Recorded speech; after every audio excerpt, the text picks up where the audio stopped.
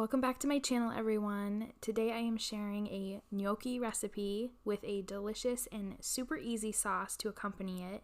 This is perfect for Valentine's Day, if you want to impress a loved one, or just have a comforting and delicious dinner.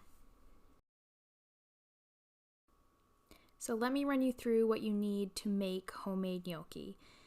You need 4 medium-sized, either russet or yellow potatoes, about 1.5 cups of all-purpose flour, 2 teaspoons of kosher salt, 2 eggs, 2 tablespoons of unsalted butter, and the tools I'm going to be using today are a potato ricer, a gnocchi board, and just a paring knife. But I'm also going to show you how to use a fork instead of the board. So let's jump in and let me show you how easy it is to make homemade gnocchi. The first step is to boil your potatoes. So you want to cover them with water and boil them for 30 to 35 minutes until a knife is inserted and it comes out easily. That means they're tender enough. You want to drain them and then let them cool down to room temperature until they're just warm enough that you can handle them. Once your potatoes have cooled a little bit, we're going to just peel the outer skin off. And a good tip is potatoes seem to retain their heat for quite a bit. So these had been sitting out for about 30 minutes, so I could handle them. But once I peeled the skin off, they were quite warm. So just use a clean dish towel and it will help you not only hang on to the potato, but it will protect your hand from the heat. With a sharp knife, you just want to peel off any of the outer skin and any imperfections. And then we're going to set these to the side, and then we'll move on to the next step, which will be ricing them. So I know not everyone has a potato ricer, and to be honest, it's not something I use super often, but I do find that it is worth using for these gnocchi.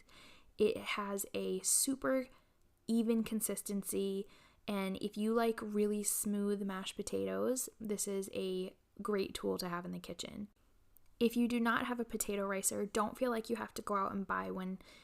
All you have to do is just make sure that your potatoes are mashed really finely and really well.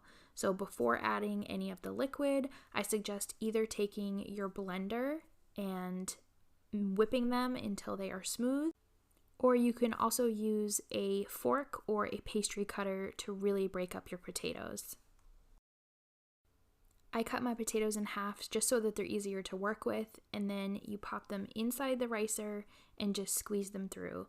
It's really easy, and this is actually really relaxing to do. I'm not sure why, but it makes the smoothest consistency and it happens very quickly.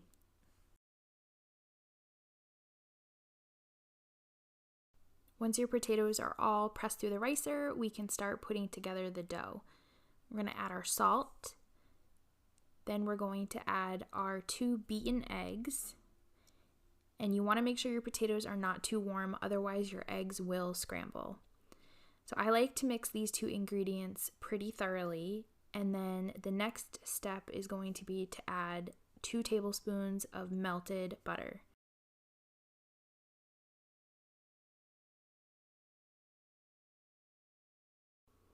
I'm going to mix the butter in thoroughly, and then the next step is to start adding in our flour. So I'm going to add the flour in about thirds. That way I can eyeball and make sure that it gets mixed in consistently with no lumps, and you want your dough to hold together. The best part about this dough is that you don't have to worry about it being perfect. It's very forgiving. It's going to feel very soft. But you do want it to be able to hold a shape. That way you can cut out your gnocchi and then roll them. I like to do most of the mixing with a fork, and then I finish off the dough by using my hands. I don't know if you have ever heard the saying that hands are the best tools in the kitchen, but especially with this recipe, it makes it all move much faster. On a clean countertop, put a little bit of flour, turn your dough out, and you don't have to knead it, but you do want it to be consistent. So I pat it out, and then what we're going to do is cut this dough into quarters. And each of these will be rolled into ropes or about 1-inch logs, and then we can start cutting our little gnocchi dumplings. This is my favorite part of this recipe. I think it is super relaxing to work with this dough and to cut them out and form them. It's very monotonous. My kids love to do this, which is funny because I really honestly didn't think they would be interested, but my son especially thought this was a blast. If I can give you one tip with this dough is don't be afraid to add more flour. The last thing that you want is for this to stick to your counter or for them to stick together. So just gently roll them out. You can make them smaller, larger, whatever your little heart desires. And then you just take either a sharp knife or I'm using a bench scraper and I'm just going to cut about 1-inch dumplings. I also have a bowl of flour here to toss the finished gnocchi in. I do suggest if you have the space, to either put these on a floured cookie tray or another section of your floured counter. I think that works better and it prevents them from sticking together. Once the dough is cut, now we're going to form our gnocchi. So like I said, you don't need this fancy little wooden board. You can just use a regular fork. What the goal of this is to add grooves to the outside of your dumpling so that it will hold on to the sauce. This is what traditional gnocchi look like. So you can just use a fork, you press your thumb down and just roll. It's really easy. And like I said, I find this really relaxing. It doesn't take any thought. And once you get going, it goes really fast. So add a little bit of flour to the dough and then roll.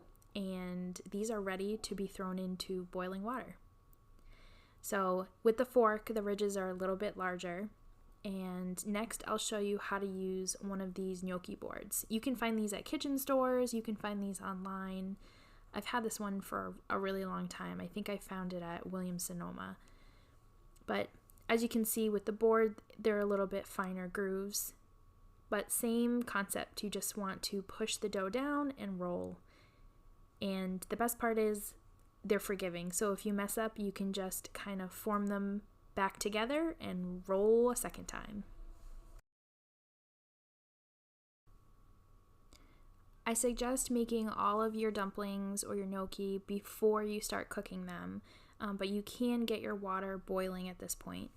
And then if you're not planning on cooking these right away, this is also something you can make in advance. And how I suggest storing them is placing them on a parchment-lined cookie tray, and then you pop them in the freezer.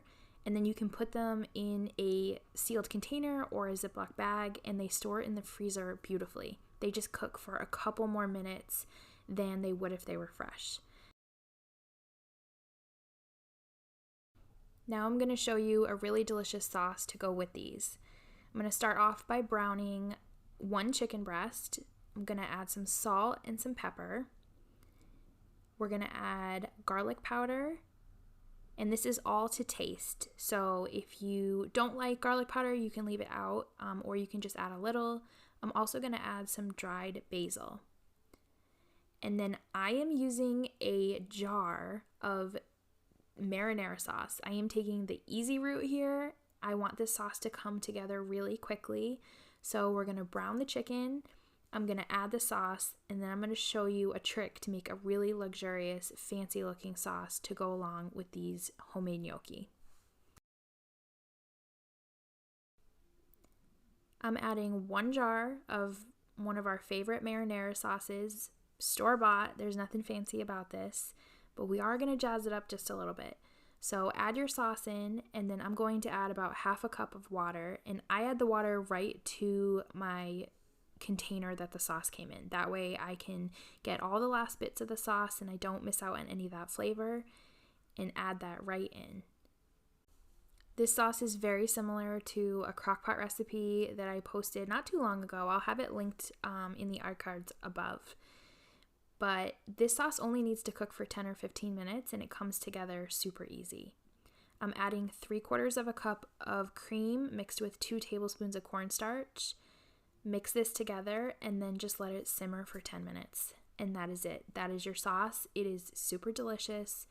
It seems like you cooked it over the stove all day long, and I think you guys will really enjoy this one.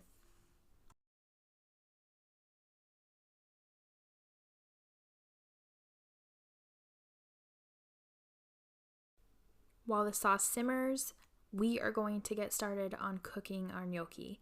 I like to cook them in batches, so once they are all rolled and formed and ready to go, our water is boiling, so I'm going to go ahead and salt that. You want to make sure that your water is salted because that does add some flavor to your dumplings. And then I portion them out by 1 slotted spoon at a time. That way they cook.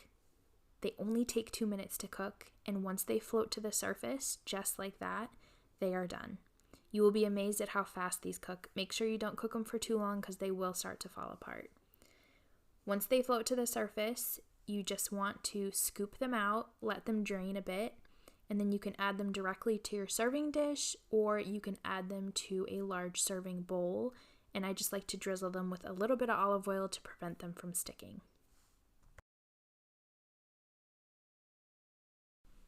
Gnocchi is one of my favorite things to order if we go to an Italian restaurant, and making it at home is a lot of fun. It is a little bit of work, but I find it to be really relaxing and I really enjoy making this. It makes for a nice comfort meal. You can turn this into a fancier meal, and it's super delicious. So if you guys have not tried these, I strongly suggest you do, and come back and let me know what you think. So 10 minutes have passed, my gnocchi is cooked. I'm going to spoon our sauce over, and then I'm going to garnish it with some grated Parmesan cheese, and I'm adding a little bit of dried basil, but if you have fresh basil, it is so good. I hope you enjoyed this video. If you did, make sure you give it a thumbs up. Come leave me a comment, and if you are new here, I would love for you to hit that red subscribe button so you don't miss any of my future videos. I'll see you in the next one.